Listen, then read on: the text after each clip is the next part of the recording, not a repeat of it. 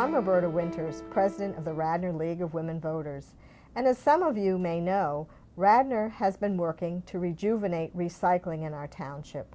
Recycling was begun decades ago by the League of Women Voters under the leadership of Robin Mann and Cheryl Tamola. And as you know, we're still recycling today, but things have changed.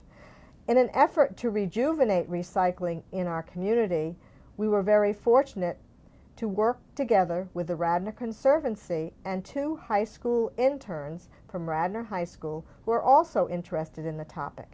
And so today I have with me Niles and Sophie.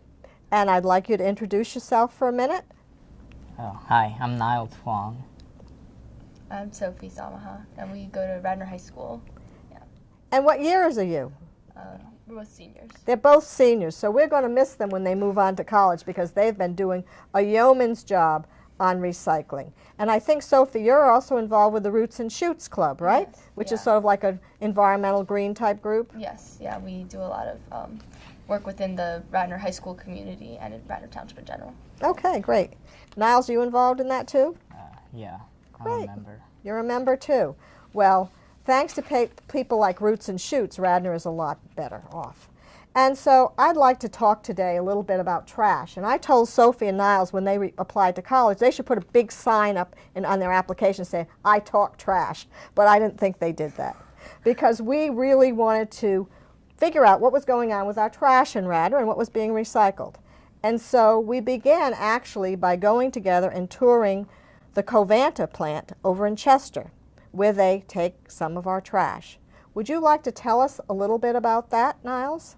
When we went to Covanta, we came in with a lot of preconceptions about trash. We thought that it was dirty and wasteful, but from our tour, we saw that the trash industry, the waste management industry, has done a lot to try to conserve resources as well. Like, we were surprised to find out that Covanta actually does, it recycles some of the waste it finds. So, for example, it makes the most money off of recycling, aluminum cans and metal. It's a trash to steam facility, so they basically incinerate the trash and make it into steam that can power houses. So it's in Chester, and it powers a lot of Chester households. They really close the loop. So the water that they use for the steam, they take from a local sewage plant. I thought it was really neat, Sophie. Do you remember when we saw the bucket at the end filled with coins? Oh, yeah, that was really interesting. They actually find the money in the trash and they recycle the money. So it was just a really interesting visit. Did you want to add anything else about that, Sophie? Just like Niles said, it was really interesting because I'd always assumed that waste management was not environmentally friendly, but in fact the facility was very environmentally conscious. Then we also took a trip after we went to the trash to steam plant. We took a trip to the recycling facility, and that's called Republic Services over at King of Prussia. And we had Gretchen with us, who was the head of the Radnor Conservancy, and she went on tour with us. And would you like to tell us about what we saw there, Sophie? So after we went to Covanta, we decided we wanted to look more into recycling. So we learned from Radnor Public Works that the place that Radnor sends recycling is Republic in King of Prussia. So we went, we talked to a lot of Radnor citizens about questions they had and about what to recycle, because most Radnor citizens, we realized, are very interested in recycling, but some of them don't know necessarily how to do it properly. So when we went, we were able to talk to the manager of the plant, and he told us we were able to ask all our questions that Radnor had, and so we were also able to tour the facility. And the most interesting fact we learned, I think, is that 15% of what they receive, they have to throw away as trash. And as Mrs. Pilling was talking about earlier, that means that because trash costs more and recycling costs less for Radnor, if we have to throw away more trash, we have to pay more. And so if people were to recycle more properly, then we would be able to save more money as well in Radnor. Republic would prefer if we don't crush the water bottles before recycling them, because if you crush the water bottle, the machinery can't identify the water bottle in its original form. So if the water bottle is not crushed, then the machinery can crush it and remove it. So that's one thing I didn't know. I also didn't know, because people are wondering, like, do I have to take a label off my water bottle? Will it be unrecyclable if I can't? And you can actually keep your labels on your water bottles, because the water bottles will be sent to another facility where they will remove the labels if they need to. And the last thing we learned about water bottles was that we should remove caps from them, because if the caps are on when the machinery crushes the water bottle, then the caps may fly off and it could actually injure the recycling workers. One of the things I remember is when they have all these conveyor belts, and at each position along the path, a different kind of recycled product goes off the chute. Sometimes it was metal, sometimes it was paper. Do you remember that? Mm-hmm. And I thought one of the things that was interesting is when they came in, they would had to have people actually standing there pulling out the plastic bags. Do you remember that, Niles? Yeah. And why'd they have to pull out the plastic bags? Plastic bags are probably the worst when it comes to recycling, because in the recycling facility, they can get caught up in machinery and rotating parts, and this can lead up to like a stoppage of the whole facility. So Republic has, and its recycling workers have basically two options. They can either take the recycling and search for and remove each plastic bag individually, or they can just judge by like a load if they see a plastic bag, whether they're even just going to run it or not. The second option usually ends up being more cost-effective, which basically means that if recycling workers see like a load, like a pile of recyclables that has like a plastic bag in it, they will choose not to recycle it because they don't want to risk stopping the whole facility. So instead, they usually take this pile of what could have been recycled and they send it to a landfill. As Sophie was saying, when people don't recycle properly, that means that Republic has to pay more money, so the township also has to pay more money.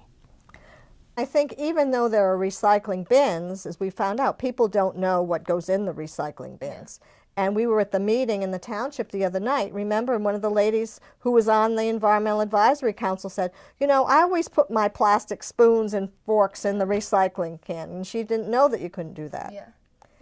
And I know straws, plastic straws are something that we shouldn't really recycle. Yeah, that's a big movement now, I think, to stop having plastic straws recycled. Or just stop having plastic straws serious, altogether. When I was a kid, we used to have paper straws. But now people have gone to all these plastic straws, and they're really messing up the works, big time. Yes. Viewers should know that it's not really a strictly defined list. It's really more about results and efficiency. Like, for example, like a common like question about recycling is like cleaning recyclables, like food containers, like how clean does it really have to be? And the answer is that it should be decently clean, but doesn't have to be. Don't waste water. Don't waste water.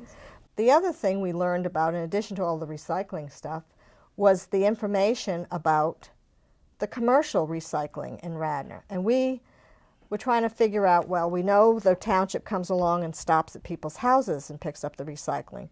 But what about what happens in downtown Wayne? Or like Radnor Studio 21, what do they do? Commercial recycling it's different from residential recycling because it has a little more lax guidelines, because like businesses don't necessarily have to follow the residential recycling guidelines because they form their own recycling contracts. So they don't necessarily send their recyclable to Republic, and they may send it to other contractors which have different guidelines. So we really want to get a good idea of how the businesses in Wayne could recycle. So we made a survey for the Wayne Business Association, and like some of the questions we asked were things like, what do you recycle, and like what are some of the biggest problems you have with recycling. And our results, we found out that the most recycled items tend to be things like paper and cardboard and aluminum, which kind of makes sense because, especially for like office waste.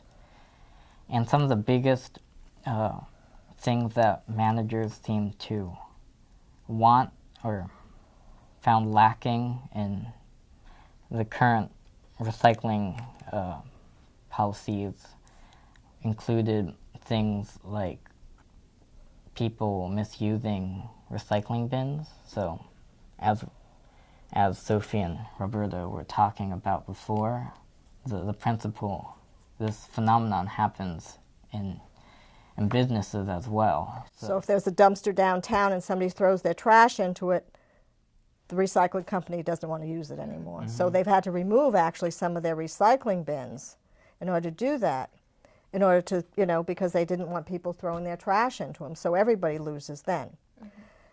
I was going to ask you a minute, Sophie, if you didn't mind, to tell we've done a lot of work. We've created these posters, you've done videos. What would you like to see happen in the future? So we were interested in making the poster maybe into a door hanger and distributing that to the township.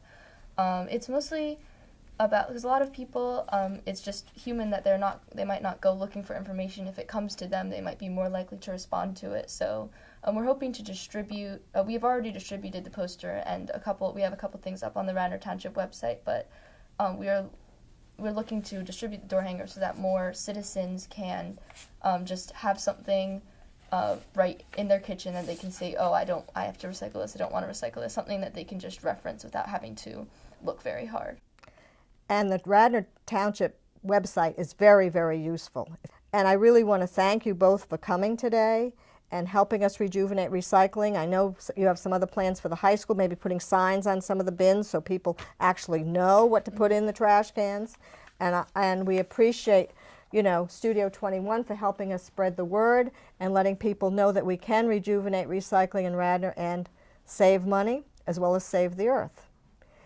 So thank you very much, Niles and Sophie, and we hope to continue to work with you in the Conservancy as we continue to make Radnor a little greener. Thank you. Thank you. Thank you.